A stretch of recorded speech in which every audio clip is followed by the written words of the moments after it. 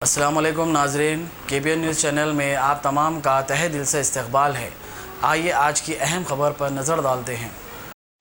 मौलिक corona virus की वबा के पेश नज़र रियासती वज़ीर आला के चंद्रशेखर राव की सदारत में एक खुसूसी इजलास तलब करते हुए फैसला किया गया कि रियासत के तमाम स्कूल, तालीमी इदाराजात, शॉपिंग मॉल्स, थिएटर्स वगैरह को 31 मार्च तक बंद रखने की हिदायत दी गई है।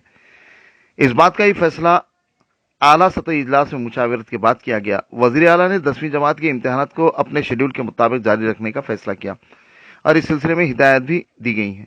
इजलास में दीगर रियासतों की जानिब से एहतियाती तदबीर के तहत किए गए इकदाम के सिलसिले में भी गौर व किया गया। बाद मुशावरत कोरोना वायरस से तहफ़्फ़ुज़ के लिए तफसीली तबादला ख्याल किया गया।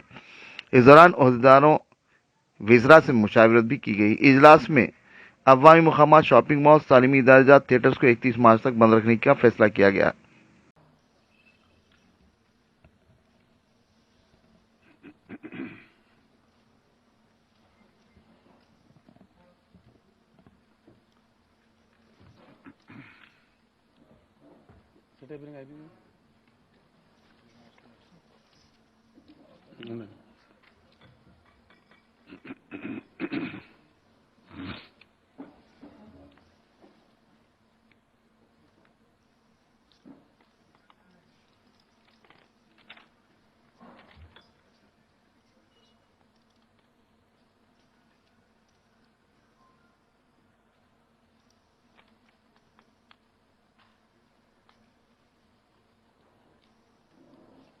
After 1 week, you will be reviewing.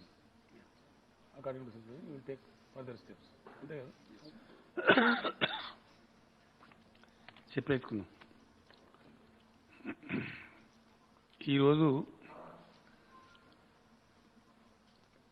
దాదాపు 2-3 గంటల పాటు జరిగినటువంటి క్యాబినెట్ సమావేశంలో ఉదయం శాసనసభలో జరిగినటువంటి చర్చ ధర్మిల కొన్ని చర్యలు తీసుకోవాలని చెప్పి ప్రభుత్వం నిర్ణయించింది. అయితే ఈ చర్యలన్నీ కూడా మన దగ్గర ఏదో పెద్ద వ్యాధి ఉంది, పెద్ద భయంకరమైన పరిస్థితి ఉంది అనేటువంటి సిచ్యువేషన్ కాదు. ప్రజలు ఎవ్వరు కూడా అనవసరంగా భయపడవలసినటువంటి అవసరమే లేదు. ఎందుకంటే బేసికల్లీ ఒక విషయం స్పష్టంగా అర్థం చేసుకోవాలి. ఏంటంటే ఇది మన దేశంలో పుట్టిన వ్యాధే కాదు. It's not Indian born disease. ఎక్కడనో చైనా దేశంలో వచ్చి అక్కడి నుంచి పాకుతా ఉంది అక్కడికి ఇక్కడికి, ఆ రకంగా ఉన్నదే తప్ప ఇది మన ఇండియన్ బార్న్ డిసీజ్ కాదు. మన రాష్ట్రంలో అయితే ఇది అసలు లేదు. ఫస్ట్ ఒక వ్యక్తికి వచ్చింది. అతను వేరే దేశం నుంచి వచ్చి బెంగళూరుకు వచ్చి అక్కడి నుంచి మన దగ్గరకు వస్తే వచ్చింది. అతన్ని మన వాళ్ళు తీసుకొని ట్రీట్మెంట్ చేసినారు. అతను క్యూర్ కూడా అయింది, అతను బతికినాడు, డిశ్చార్జ్ కూడా చేసినారు. ఆ తర్వాత ఈరోజు ఉదయం ఇక అనుమానించిన కేసులు వచ్చినట్టయితే మన దగ్గర పెట్టుకొని ట్రీట్మెంట్ చేస్తూ ఆ రిపోర్ట్ ఫైనల్ కన్ఫర్మేషన్ కోసం భారత ప్రభుత్వం ఏర్పాటు చేసిన పూణేలో ఉన్న ఒక ప్రత్యేక ఇన్స్టిట్యూట్ ఉంది, అక్కడ పంపిస్తా ఉన్నాం. ఒక్క వ్యక్తికి పాజిటివ్ వచ్చింది. అతను ఇప్పుడు మన కంట్రోల్లో ఉన్నాడు, గాంధీ హాస్పిటల్లో ట్రీట్మెంట్ జరుగుతూ ఉంది, బాగానే ఉన్నాడు, రెస్పాన్స్ కూడా ఇస్తా ఉన్నాడు. ఇంకొక ఇద్దరికి కూడా అనుమానంగా ఉన్నదని చెప్పి కేసు పంపించినారు. అవి రిపోర్ట్ రావాలి, ఇంకా రిపోర్ట్ రాలేదు. అది వచ్చిన తర్వాత మనం దాని గురించి ఆలోచించవచ్చు. అంటే కేవలం ఒక వ్యక్తి కోలుకొని పోయినాడు, ఇంకో వ్యక్తి పాజిటివ్ ఉందని తెలిస్తే ట్రీట్మెంట్ జరుగుతూ ఉంది. ఇంకో ఇప్పుడు ఇంతకు మించి మన దగ్గర పెద్ద భయోత్పాతమైన పరిస్థితి లేదు. దేశం కూడా లేటెస్ట్, నేను పొద్దున శాసనసభలో చెప్పినప్పుడు కంట్రీలో ఇప్పటివరకు 65 మెంబర్స్కి వచ్చిందని చెప్పినాం. కానీ ఇప్పుడు లేటెస్ట్ ఇప్పుడు ఈవినింగ్ మాకు అందిన సమాచారాన్ని బట్టి గవర్నమెంట్ ఆఫ్ ఇండియా నుంచి 83 మందికి ఎఫెక్ట్ అయింది ఇది కంట్రీలో. ఇందులో 66 మంది మన భారతీయులు. వీళ్ళు కూడా విదేశాల నుంచి వచ్చిన భారతీయులు, మన దేశస్తులు కాదు. ఎంటైర్ 83 మంది కూడా విదేశం నుంచి వచ్చినోడే, ఒక్కరు కూడా మనవాడు కాదు. 66 మంది భారతీయులు, 17 మంది ఫారినర్స్, విదేశీయులు. ఇందులో 10 మంది కోలుకున్నారు ట్రీట్మెంట్ చేస్తే. ఒక ఇద్దరు మాత్రం చనిపోయినరు, మిగతా వాళ్లకు ట్రీట్మెంట్ జరుగుతూ ఉంది. కాబట్టి ఇంత పెద్ద 130 కోట్ల మంది ఉండే దేశంలో వచ్చింది కేవలం 83 మందికే ఇది సోకింది. అందులో 2 మాత్రమే చనిపోయినారు. కాబట్టి అంత మనం భయోత్పాతం చెంది పెద్ద గందరగోళం కావాల్సినటువంటి అవసరం కానీ మరొకటి కానీ లేదు. ఇష్యూ ఏంటంటే ఈ వైరస్ ఒక వ్యక్తి నుంచి చాలా మందికి ప్రబలే ఆస్కారం ఉంటుంది. ఆ చాలా మంది నుంచి మళ్ళీ చాలా మందికి ప్రబలేటువంటి ఆస్కారం ఉంటుంది. కాబట్టి ముందు జాగ్రత్త చర్యలు, ఇవి ఓన్లీ ప్రికాషనరీ మెజర్స్. ఇది ఉత్పాతం వచ్చి పడ్డది, మనం ఇది పిడిగచ్చి పడ్డది, పెద్ద భయంకరమైన పరిస్థితిలో ఉన్నామని తీసుకునే చర్యలు కావు ఇవి ఓన్లీ ప్రికాషనరీ మెజర్స్ అండ్ ముందు జాగ్రత్త చర్యలు మాత్రమే. అందువల్ల ఎవరు కూడా దీనికి బెంబేలెత్తి భయపడి కన్ఫ్యూజ్ కావాల్సినటువంటి అవసరం లేదు. ఇక్కడ ట్రికీ సిచ్యువేషన్ ఏంటంటే, కొంచెం తమాషా పరిస్థితి ఏంటంటే, జనసమ్మర్దం ఎక్కువ ఉన్న కాడికి మంది పోవద్దు. మనల్ని మనం కాపాడుకోవాలంటే జనసమ్మర్దం నుంచి కొంచెం పక్కకు జరిగి ఉండటం అనేది చాలా ముఖ్యమైనటువంటి అంశం, దీనిలో అతి ముఖ్యమైనటువంటి. అందుకోసమే ఇప్పుడు మనం తీసుకుంటున్న ఈ స్టెప్స్ కూడా మన పక్కన ఉండే పొరుగు రాష్ట్రాలు, కర్ణాటక కావచ్చు, అట్లానే మహారాష్ట్ర కావచ్చు, వాళ్ళు కొన్ని స్టెప్స్ తీసుకున్నారు. అట్లానే ఇలా ఒరిస్సా రాష్ట్రం వాళ్ళు కొన్ని స్టెప్స్ తీసుకున్నారు. ఢిల్లీ ప్రభుత్వం కూడా వాళ్ళు కొన్ని స్టెప్స్ తీసుకున్నారు. గవర్నమెంట్ ఆఫ్ ఇండియా కూడా ఎప్పటికప్పుడు సూచనలు, సలహాలు అందిస్తూ ఉన్నది. ఇవన్నీ కూడా జరుగుతూ ఉన్నాయి. కాబట్టి దాని దృష్ట్యా మనం కూడా తప్పకుండా ప్రికాషనరీ మెజర్స్ కింద, ముందు జాగ్రత్త చర్యల కింద ఈ చర్యలు తీసుకుంటా ఉన్నాం. ఇప్పుడు క్యాబినెట్ ఈ డెసిషన్ తీసుకున్నది. మొట్టమొదటగా ఈ కరోనా వైరస్ దీనికి సంబంధించి ఏ రకమైన సిచ్యువేషన్ అయినా సరే ఎదుర్కోవడానికి ప్రభుత్వం మరియు ఆరోగ్య శాఖ సంపూర్ణంగా సర్వసన్నద్ధంగా ఉంది. ఆర్థికంగా దీనికి ఎంత డబ్బైనా ఖర్చు పెట్టాలని నిర్ణయించినాం. ప్రాథమికంగా క్యాబినెట్ ఇప్పుడు 500 కోట్ల రూపాయలు మంజూరు చేసింది. ఈ 500 crores రూపీస్ చీఫ్ సెక్రటరీ గారి డిస్పోజల్లో ఉంటాయి. ఏ సందర్భంలో ఎటువంటి ఈవెంచువాలిటీనైనా సరే ఎదుర్కోవడానికి ఈ నిధి ఉండాలని చెప్పి, ఇది చీఫ్ సెక్రటరీ గారి దగ్గర ఉంటే సబబుగా ఉంటుందని చెప్పి క్యాబినెట్ భావించింది. ఆ రకంగా వారి డిస్పోజల్లో మనీ రెడీగా ఉంది. Any time, any moment, any ఈవెంచువాలిటీకి వాడుకునే సంపూర్ణ స్వేచ్ఛ సిఎస్ గారికి ఉంది. కాబట్టి ఆ రకంగా కార్యక్రమాన్ని ముందు తీసుకొని పోతాం. హెల్త్ డిపార్ట్మెంట్ కూడా అన్ని రకాలుగా సర్వసన్నద్ధంగా ఉంది. అన్ని కూడా ఏర్పాటు చేసినాం.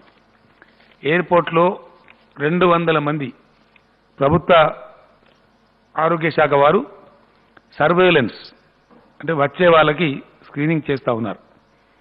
ఆ స్క్రీనింగ్ కేంద్ర ప్రభుత్వం నుంచి పంపించినటువంటి అధికారులు కూడా ఉన్నారు. ఆ సంస్థ కూడా ఉంది. వాళ్ళు కలిసి ఈ స్క్రీనింగ్ టెస్ట్ వగైరా చేస్తూ అన్ని జాగ్రత్త చర్యలు తీసుకుంటా ఉన్నారు. ఇది ఎక్కడి నుంచి ఎటో వచ్చే ఆస్కారం లేదు. మెయిన్లీ ఇంటర్నేషనల్లీ ట్రాన్స్మిట్ అవుతున్న డిసీజ్ కాబట్టి అంతర్జాతీయంగా రావాల్సింది తప్ప జాతీయంగా రాదు. జాతీయంగా ఎవరికైతే ఎఫెక్ట్ అయిందో ఇప్పటికీ వారందరినీ పట్టి క్వారంటైన్ చేసినారు, చికిత్స అందిస్తూ ఉన్నారు. కాబట్టి ఆ ప్రమాదం పెద్దగా లేదు. మనకు వస్తేగిస్తే ఎక్కడి నుంచి రావాలా? విదేశాల నుంచి వచ్చే వాళ్ళతోనే రావాలి. కాబట్టి వీళ్ళు బోయన్గా వచ్చేది ఎయిర్పోర్ట్లకే కాబట్టి, పోర్ట్లకే కాబట్టి అక్కడనే చర్యలు తీసుకోవాల్సిన అవసరం ఉంటుంది. మన రాష్ట్రానికి పోర్ట్ల బెడద లేదు. మనకు సముద్ర తీరం లేదు, పోర్టులు లేవు. మనకు ఉండేదల్లా ఎయిర్పోర్టు. ఆ ఎయిర్పోర్ట్ కూడా ప్రస్తుత పరిస్థితుల్లో ఒక హైదరాబాద్లో మాత్రమే తెలంగాణ రాష్ట్రానికి ఉంది. మనకు బహుళ ఎయిర్పోర్ట్లు లేవు. కాబట్టి వీఆర్ సేఫ్.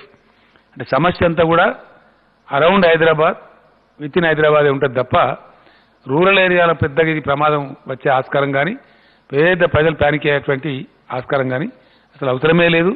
అటువంటి భయాలు పెట్టుకునే అవసరం కూడా లేదని చెప్పి ప్రజలకు తెలియజేస్తా ఉన్నాం. ఎయిర్పోర్ట్లో సర్వేలెన్స్ టీం ఉంది, చాలా పకడ్బందీగా. తర్వాత 1020 బెడ్స్ రెడీగా పెట్టినాం, ఐసోలేషన్ బెడ్స్ అంటారు వీటిని. ప్యూర్లీ కరోనా పేషెంట్స్ కనుక ఉన్నట్టయితే అనూహ్యంగా దెబ్బతిన సంఖ్య పెరిగినా మళ్ళీ అప్పటికప్పుడు తయారు చేయలేం కాబట్టి, ఆ వార్డు అదంతా స్పెషల్గా ఉండాలి కాబట్టి మొత్తం రాష్ట్ర వ్యాప్తంగా 1020 బెడ్స్ను రెడీగా పెట్టడం జరిగింది.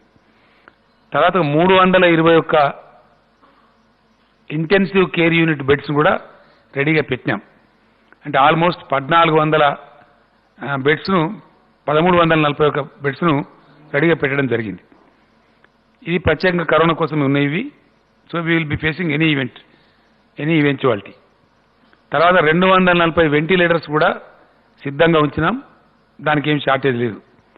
రాష్ట్రంలో క్వారంటైన్ చేయడానికి, క్వారంటైన్ అంటే లోపల ఉన్న వాళ్ళు బయటకు పోకుండా బయట ఉన్న వాళ్ళు లోపల రాకుండా పెట్టేదాన్ని క్వారంటైన్ అంటారు ఇంగ్లీష్లో.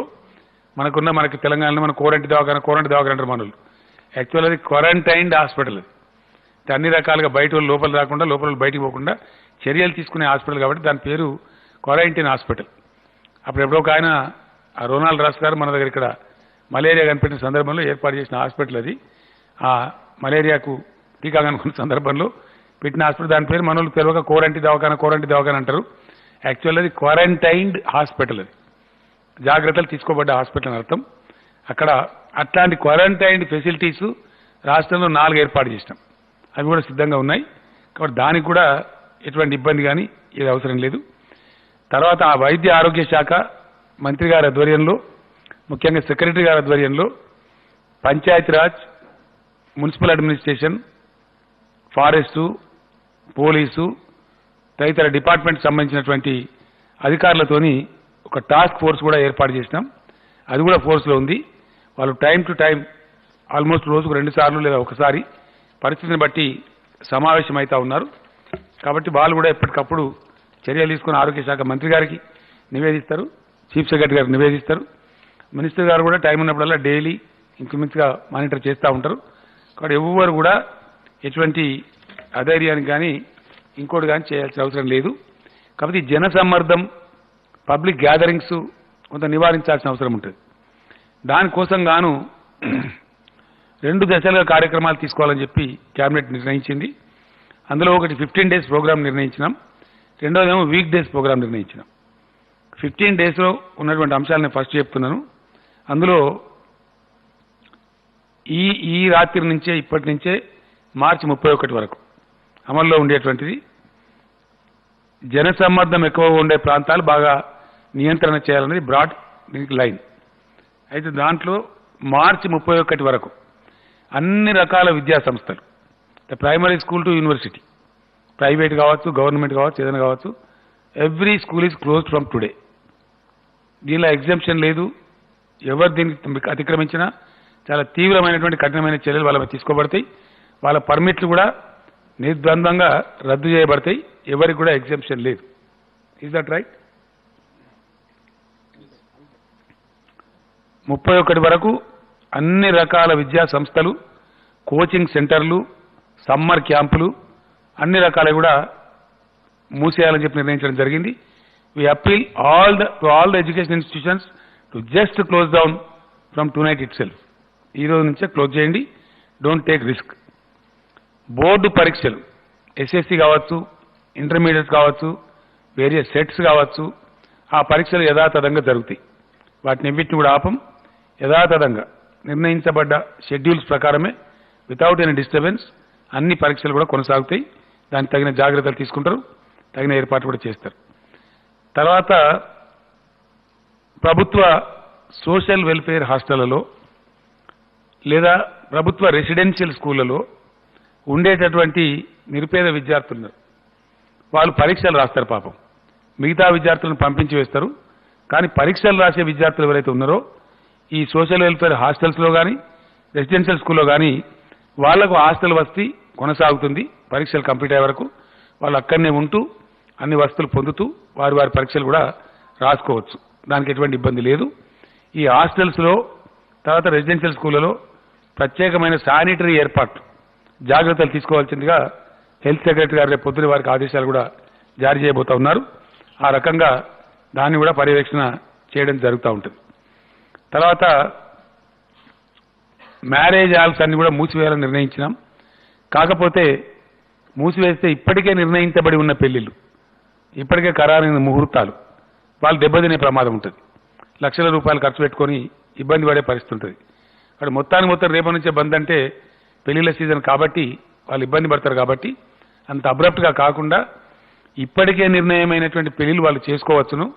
వాళ్ళు 200 మంది లోపు బంధువులతో అమ్మాయి తరఫు 100, అబ్బాయి తరఫు 100 ఉండి చేసుకుంటే వాళ్ళకే మంచిది. కాబట్టి దయచేసి వాళ్ళ జాగ్రత్త దృష్ట్యా, వాళ్ళ శ్రేయస్సు దృష్ట్యా చెప్తున్న విషయం కాబట్టి అతికి పోకుండా శుభకార్యాన్ని లిమిటెడ్ మెంబర్స్తో చేసుకోమని మేము అడ్వైజ్ చేస్తూ ఉన్నాం.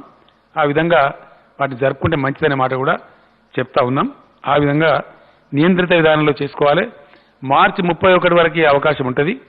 అన్ని మ్యారేజ్ హాల్స్కు రాష్ట్ర వ్యాప్తంగా మేము ఆర్డర్ ఇస్తా ఉన్నాం. ఈరోజే పోలీస్ కమిషనర్లకు పోలీస్ ఎస్పీలకు కూడా ఆర్డర్స్ చీఫ్ సెక్రటరీ గారు జారీ చేశారు.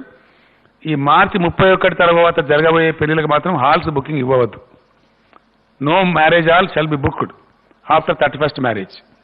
ఈ 200 మందితో పెళ్లి జరుపుకోవడానికి మార్చి 31 వరకే అవకాశం ఉంటుంది. తర్వాత మాత్రం హాల్స్ బుక్ చేయవద్దు. చేస్తే వాళ్లకు కఠిన శిక్షలు విధించబడతాయి. కాబట్టి వాళ్ళు అటువంటి రిస్క్ తీసుకోవద్దు. మ్యారేజ్ హాల్ ఓనర్స్ ఎవరు కూడా ఆ రిస్క్ తీసుకోవద్దని కూడా మేము అప్పీల్ చేస్తా ఉన్నాం. తర్వాత విజయ్ మీరు ఇవన్నీ కాపీస్ ఇస్తున్నారు కదా, అయిపోగానే ఇవ్వండి. డీటెయిల్స్ ఉంది, లంబాచోడ ఉంది. బహిరంగ సభలు, సమావేశాలు, సెమినార్లు, వర్క్షాప్స్, ఉత్సవాలు, ర్యాలీలు, ఎగ్జిబిషన్స్, ట్రేడ్ ఫేర్స్, కల్చరల్ ఈవెంట్స్లకు ఎట్టి పరిస్థితులలో అనుమతులు ఇవ్వబడవు. మీకు ఇస్తారు, దాంట్లో మీరు రాసుకోకున్నారు, ఇవన్నీ మీకు ఇస్తారు. ఇప్పుడు 1 minute all these events will not be allowed. ఇవి ఎందుకంటే ఇవన్నీ పబ్లిక్ గ్యాదరింగ్ ఈవెంట్స్ కాబట్టి ముందు జాగ్రత్త కోసం ఈ ఈవెంట్స్ ఇవి కూడా రాష్ట్రంలో ఈ రోజు నుంచి ఎట్ ఎనీ కాస్ట్ అనుమతులు ఇవ్వబడవు. అంటే దీనిలో ర్యాలీలు, పబ్లిక్ మీటింగ్స్ అన్నీ కూడా ఉంటాయి. వాటికి ఎవరికి కూడా అనుమతులు ఇవ్వరు. తర్వాత indoor, outdoor sports stadiums, swimming pools, gyms, gymnasiums, zoo పార్కులు, అమ్యూజ్మెంట్ పార్క్స్, మ్యూజియంస్ అన్నీ కూడా మూసివేయబడతాయి. ఏ ఒక్కటి కూడా తెరిచి ఉంచకూడదు. ఇవన్నీ కూడా జనసమ్మర్దం ఉండే ప్రాంతాలు, ప్రజలు తిరిగే ప్రాంతాలు కాబట్టి వీటన్నిటికి కూడా పర్మిషన్ లేదు. వీటన్నిటిని సడన్గా క్లోజ్ చేయాలా. ఎవరు తెరిచి ఉంచినా డెఫినెట్గా వాళ్ళ మీద తీవ్ర చర్యలు తీసుకోబడతాయి. అన్ని రకాల స్పోర్ట్స్ ఈవెంట్స్ రద్దు చేయబడ్డాయి. ఏ రకమైన స్పోర్ట్స్, ఏ రకమైన స్టేడియంస్లో కూడా నిర్వహించడానికి వీల్లేదు. కాబట్టి ఎట్టి పరిస్థితులలో అవి అనుమతించబడవు. అదేవిధంగా ఆర్టీసీ బస్సులు, మెట్రో రైళ్లు యథాతథంగా నడుస్తాయి. బస్సులలో, రైళ్లలో నిరంతరం శానిటేషన్ పనులు చేయడం జరుగుతుంది. వాళ్ళకు సఫిషియెంట్గా ఇన్స్ట్రక్షన్స్ కూడా ఇవ్వడం జరుగుతూ ఉంది. ఈ రకంగా ప్రజలకు ఈ రిస్ట్రిక్షన్స్ పెట్టినప్పటికీ ఇతరత్ర వాళ్ళ కొనుగోలుకు కానీ ఇబ్బంది లేకుండా, సరుకుల కొరత రాకుండా సూపర్ మార్కెట్స్, షాప్స్ ఏవి మూసేయడం లేదు. ప్రజలకు అది ఉండాలి కాబట్టి, నిత్యావసర సరుకులు అందుబాటులో ఉండాలి కాబట్టి మాల్స్ కానీ వాటిని వీటిని మూసేయడం లేదు. కాబట్టి వాటికి ఎటువంటి ఇబ్బంది లేదు. ప్రజలకు కూడా నిత్యావసరాల కొనుగోలు కూడా అసౌకర్యం కూడా కలగద్దని చెప్పి ఆ నిర్ణయం తీసుకున్నాం. అక్కడ కూడా పెద్ద గ్యాదరింగ్స్ కాకుండా తొందరగా డిస్పోజ్ అయిపోతే బెటరు. కాబట్టి ఆ రకాలుగా దాన్ని చేసుకుంటే మంచిదని చెప్పి చెప్తా ఉన్నాం. అన్నీ వచ్చేసినాయా? ఈ సినిమా హాళ్ళు, బార్లు, పబ్బులు, మెంబర్షిప్ క్లబ్లు అన్ని. మెంబర్షిప్ క్లబ్లు అంటే నిజాం క్లబ్, సికింద్రాబాద్ క్లబ్ ఇవన్నమాట. అవి కూడా బందే. No gatherings. సినిమా హాళ్ళు మీకు ఇచ్చిన దాని ఉంది అనుకుంటున్నాను. బాబు ఉంది కదా, ఎవ్రీథింగ్ ఇస్ దేర్. చెప్తా, లాస్ట్లో ఇద్దాం అనుకోండి. తర్వాత కొందరు అతిగాళ్ళు సోషల్ మీడియాలో వాళ్ళ ఇష్టమున్న ప్రచారం చేస్తున్నారు. ఎటువంటి పరిస్థితులలో చాలా చాలా కఠినమైనటువంటి చర్యలు వాళ్ళ మీద తీసుకుంటాం. మమ్మల్ని ఎవరు ఏం చేయలేని వాళ్ళు అనుకుంటున్నారు. కానీ ఇప్పుడు ఈసారి రుచి చూస్తే ప్రభుత్వం అంటే ఏందో, చట్టం అంటే ఏందో తెలుస్తుంది వాళ్ళకు. ఇటువంటి పరిస్థితులలో ప్రజలలో భయాందోళన కలిగించడం అనేది ఎవరికి కూడా మంచిది కాదు. ఒకవేళ వాళ్ళని చేస్తే ప్రభుత్వం మాత్రం ఎట్ ఎనీ కాస్ట్ చూస్తూ ఊరుకోదు, చాలా కఠినమైన చర్యలు తీసుకుంటుందని నేను మనవి చేస్తా ఉన్నా. అదేవిధంగా మీడియా వాళ్ళకు కూడా, పర్టికులర్లీ ఎలక్ట్రానిక్ మీడియా వాళ్ళకి నేను అప్పీల్ చేస్తా ఉన్నా. దీనిలో కూడా కొంతమంది అతి చేస్తూ ఉన్నారు. ఈ రోజు కూడా అతి ప్రచారం చేస్తూ ఉన్నారు. మంచిర్యాల గుర్తించారు, జగిత్యాల గుర్తించారు, కాకరకాయ గుర్తించారు అని చెప్తా ఉన్నారు. Which is totally bullshit, totally wrong. స్పీల మీద కూడా నియంత్రణ పెడుతున్నాం. ఎట్టి పరిస్థితులలో మంచిర్యాల, జగిత్యాల, తోక, తొండమని రాస్తే క్షమించే పద్ధతి లేదు. 100% ప్రభుత్వం చాలా తీవ్ర చర్యలు తీసుకుంటుంది. ఆరోగ్య శాఖ వాళ్ళు కన్ఫర్మ్ చేసింది మాత్రమే రిపోర్ట్ చేయాలి తప్ప without confirmation by health department A media దయచేసి అనవసరంగా ఈడ కేసు, ఆడ కరోనా అని రాస్తే తీవ్ర చర్యలు తీసుకుంటాం. దీనిలో ఏం శశబిషలు లేవు. దీనిలో ప్రెస్ ఫ్రీడమ్ మేము హరిస్తలేం. ప్రెస్ ఫ్రీడమ్ కింద ప్రజల భయోత్పాదన సృష్టిస్తే కూడా క్షమించే ప్రశ్న ఉత్పన్నం కాదు. కాబట్టి దయచేసి మీడియాకు అప్పీల్ చేస్తా ఉన్నాం సిన్సియర్గా, please don't resort to such false propaganda. ఈ ఫాల్స్ ప్రపగండా చేస్తే ఎట్టి పరిస్థితులలో అది సమాజానికి ప్రజలకు మంచిది కాదు. కాబట్టి అది కూడా మానుకోవాలని మేము రిక్వెస్ట్ చేస్తూ ఉన్నాం. అయినా కూడా మేము చేస్తామని ఎవరైనా అనుకుంటే కఠినమైన చర్యలు తప్పకుండా తీసుకుంటాం. దానిలో వెనకాడం ఏమేం చర్యలు ఉంటుందని తర్వాత వాళ్ళే చూస్తారు. వాళ్ళని ఎవరు కూడా కాపాడలేరు. ప్రభుత్వానికి అంత ఎక్స్ట్రాడినరీ పవర్స్ కూడా ఉంటాయి, మాకు తెలుసు చట్టం ఏందో. కాబట్టి దయచేసి అనవసరంగా ఇటువంటి సిచ్యువేషన్లు, సున్నితమైనటువంటి ఈ సందర్భంలో ప్రభుత్వం చేసే అప్పీల్ను ఆషామాషిగా తీసుకుంటే ఆ అనుభవం వాళ్ళకే వస్తుంది. కాబట్టి చెప్పకపోతే మా తప్పు. మేము అప్పీల్ చేస్తూ ఉన్నాం, రిక్వెస్ట్ చేస్తూ ఉన్నాం, సిన్సియర్గా చెప్తా ఉన్నాం. అయినప్పటికీ మేము పాటించమంటే అది వాళ్ళే అనుభవిస్తారు, వాళ్ళే చూసుకోవాలని చెప్పి కూడా చెప్తా ఉన్నాం. ఈ విషయంలో ప్రజలకు తక్కువ భయోత్పాతం ఉండే విధంగా, ప్రజలకు అవగాహన కల్పించే విధంగా మీడియా చర్యలు ఉండాలి. కానీ ఒక భయోత్పాతం కల్పించి లేని కన్ఫ్యూజన్ క్రియేట్ చేసే విధంగా వాళ్ళని మీడియా ప్రయత్నం చేస్తే వాళ్ళకు మీద తప్పకుండా చర్యలు తీసుకుంటాం. దాని వెనుకాడే ప్రసక్తే లేదు, ఇబ్బంది కూడా లేదు. ఆ విధంగా చేస్తామని తెలియజేస్తాను. Thank you so much.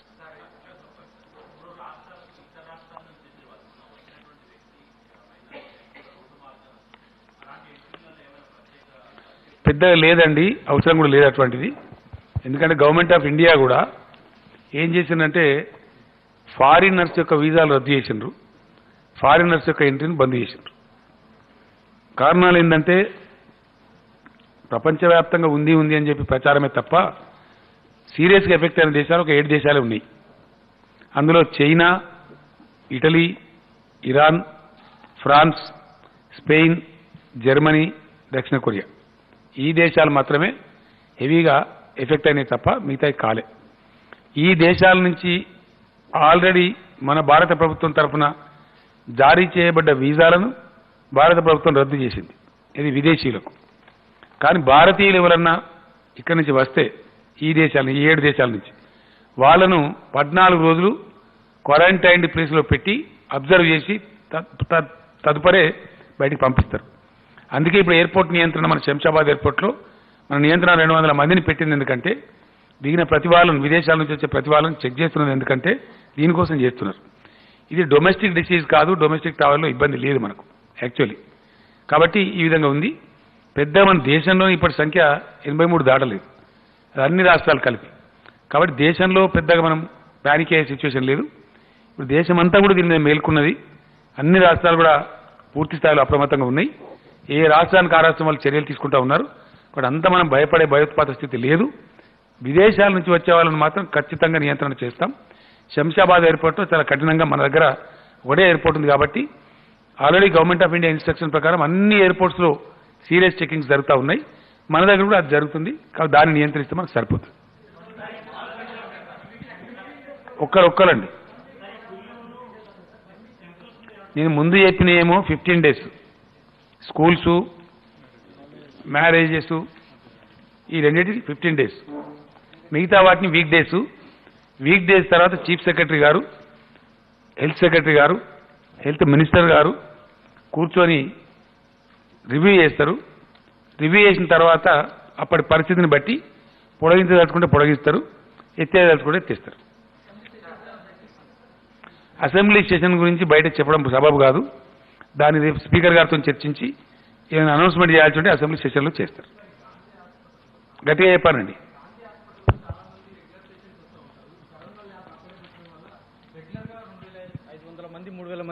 మరి ఎక్కడ పెట్టానండి? ఆకాశంలో పెట్టానా? అంటే అది షిఫ్ట్ చేసి ఆలోచన. ఆకాశంలో ఇంత కంజెస్టెడ్గా ఆలోచిస్తే ఎట్లండి? ఎక్కడ పెడితే ఇంకా ఆకాశంలో పెడతారా? అట్లాగే సార్. Answer my question. అంటే సాధారణ జనాలు బాధ్యత గల వ్యక్తి మీరు ఇటువంటి క్వశ్చన్ కూడా తప్పు కదా. ఇంకోటి, మీ క్వశ్చన్ 100% రాంగ్ కదా. యాంటీ సొసైటీ మీ క్వశ్చన్ 100%. అది ఏంటంటే దాని పేరు మీరే చెప్తాం. మీ మాట్లాడున్నది గాంధీ హాస్పిటల్ అని. హాస్పిటల్లో జాగ్రత్తలు తీసుకోరానండి. వార్డు పేరే ఐసోలేషన్ వార్డు, సెపరేషన్ ఉంటుంది. Beds isolated, ventilators isolated. వాళ్ళకి వాడేటివి కూడా ఇతరులకు వాడరు. ఇది చేసేవాళ్ళు ఎవరండి? వైద్యులు కదా. మరి వైద్యులు అంత బుర్ర తక్కుంటారా? మీరు లేని భయాలు కల్పిస్తే ఎట్లా ఇట్లా అనవసరంగా? మేము కల్పించడం. Very sorry. It's a silly question. Please don't do that. ఒక డాక్టర్ వచ్చి ఆత్మహత్య యత్నం చేశారు సార్ అక్కడ వైద్యుల్లో. Please don't do that. It's irresponsible question, please don't do that. అడగలేదండి, సంప్రదింపులు జరుపుతున్నాం, ఉన్నాం. దీని డబ్బులు మనం పెట్టుకునే కెపాసిటీ మనకు ఉంది కాబట్టి పెద్ద అసిస్టెన్స్ ఏం అడగలేదు. టెక్నికల్ అసిస్టెన్స్ మంచి చెడ్డ వాళ్ళ సలహా సంప్రదింపు కంటిన్యూగా ఉంటుంది.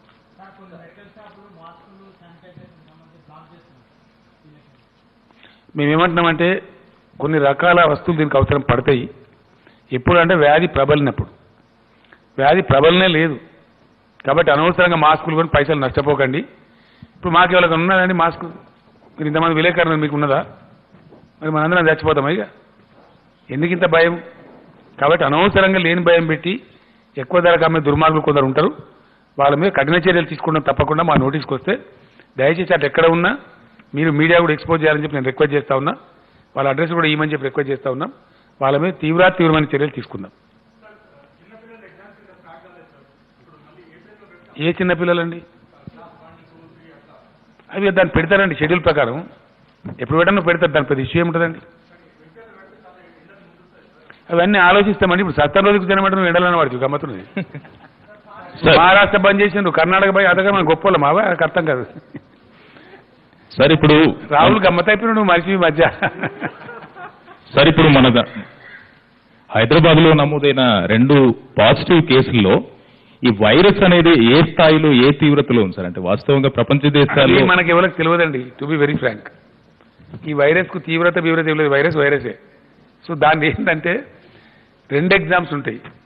ఫండమెంటల్ గా అనుమానితులు, నంబర్ 1 ఏం జరుగుతుందంటే అనుమానితులు వస్తేనే రెఫర్ చేస్తారు, లేకపోతే చేయరు. చేసినప్పుడు ఏం చేస్తారంటే ఇక్కడ మనోళ్ళు ప్రిలిమినరీ టెస్ట్ చేస్తారు. కొంత కేంద్ర ప్రభుత్వం అసిస్టెన్స్ కూడా ఉంటుంది, కొంత చేస్తారు. ఆ తదనంతరం ఏం చేస్తారంటే ఫైనల్ కన్ఫర్మేషన్ కోసం పూణేకి పంపిస్తారు బై గవర్నమెంట్ ఆఫ్ ఇండియా. అక్కడ కన్ఫర్మ్ అయితేనే కన్ఫర్మ్ అవుతుంది మనకు. సో ఇంటెన్సిటీ అనేది ఏం లేదు దీనిలో. తలిగిందంటే తలుగుడే, వచ్చిందంటే తగులుకుంటుంది. అది దానిలో లో హై ఏం లేదు. కాబట్టి మన దగ్గర వచ్చింది ఒక్కరికే ఇప్పుడు ఉన్నది. మొత్తం 3 మన దగ్గర ఇప్పటికీ. ఒక ఆయన డిస్పోజ్ అయిపోయాడు పాపం, క్యూరింగ్ అయిండు, డిశ్చార్జ్ కూడా అయిపోయాడు. 2 కేసులు మన దగ్గర. అదే ఒక ఆయన ఉన్నాడు ఇప్పుడు, ఏ కన్ఫర్మ్ అయినట్టు అన్నాడు. ఆయన ట్రీట్మెంట్ జరుగుతూ ఉంది. 2 కేసులేమో పూణేకు కన్ఫర్మేషన్ పోయినాయి. అది రిపోర్ట్ వస్తే మనకు బహుశా రేపు రావచ్చు అనుకుంటా, రేపు ఉదయానికి వస్తే కావచ్చు, రేపు తెలుస్తుంది మనకు. అన్ని బంద్, పబ్లిక్ మీటింగ్లు, ర్యాలీలు మొత్తం బంద్. Nobody will go. ప్రభుత్వం సరళించేదాకా అన్ని బంద్. జనసమ్మర్దం, జనం ఒక చోట చేరి ఇబ్బందులు గురి కావద్దనేది దీని ఉద్దేశం. వేరే అన్ని రాష్ట్రాలు అవే చేస్తున్నాయి, కేంద్రం కూడా అదే చెప్తా ఉంది.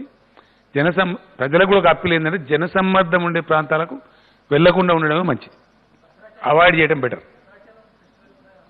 అంటే అది సెకండ్కి ఉంది శ్రీరామనవమి, 31 వరకు చూద్దాం మనం పరిస్థితి.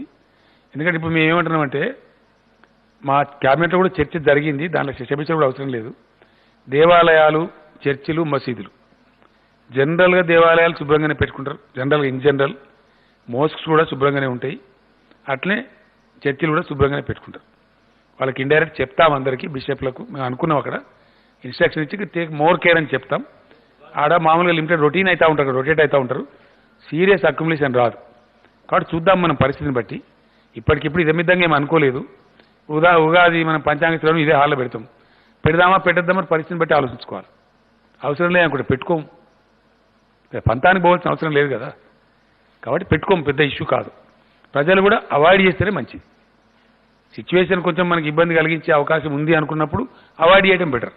అది ఎవరి కోసమో కాదు కదా, ప్రజల యొక్క బాగు కోసం, వాళ్ళ ఆరోగ్యం కోసం, వాళ్ళ కోసం. కాబట్టి మూవ్మెంట్ రిస్ట్రిక్ట్ చేసుకొని శుభ్రంగా ఉండడం మంచిది.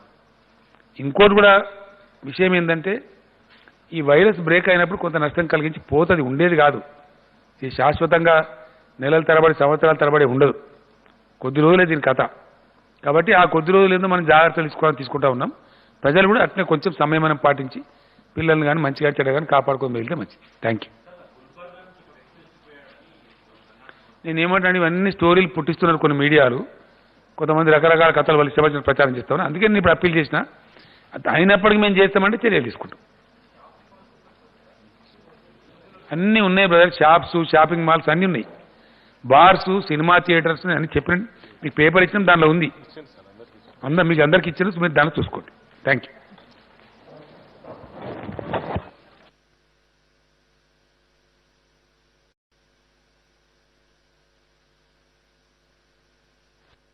A1 टाउनशिप की एक और नई पेशकश। जहांगीर पीर दरगाह से 2 किलोमीटर पहले मल्टीनेशनल कंपनीज के करीब, जो कि बिल्कुल आबादी से लगा हुआ, बेंगलोर हाईवे से सिर्फ 5.5 किलोमीटर, बीटी रोड से लगा हुआ, तमाम डेवलपमेंट के साथ 5,50,000 में 100 गज का प्लॉट। A1 टाउनशिप में आपका ये छोटा सा इन्वेस्टमेंट आपका और आपके बच्चों का मुस्तकबिल बदल सकता है। आज ही तशरीफ लाएं और A1 टाउनशिप के इस प्रोजेक्ट से फायदा उठाएं। Office at pillar number 235 opposite fisheries department, Rajendra Nagar, Hyderabad. अगर आपने हमारे चैनल को अभी तक सब्सक्राइब नहीं किया है तो यहाँ पर रेड कलर का सब्सक्राइब बटन दिख रहा है, उसे क्लिक करें और हमारे चैनल को सब्सक्राइब कीजिए और साथ ही साथ बेल आइकन को भी क्लिक कीजिए, जिससे आपको ताज़ा अपडेट मिलती रहे।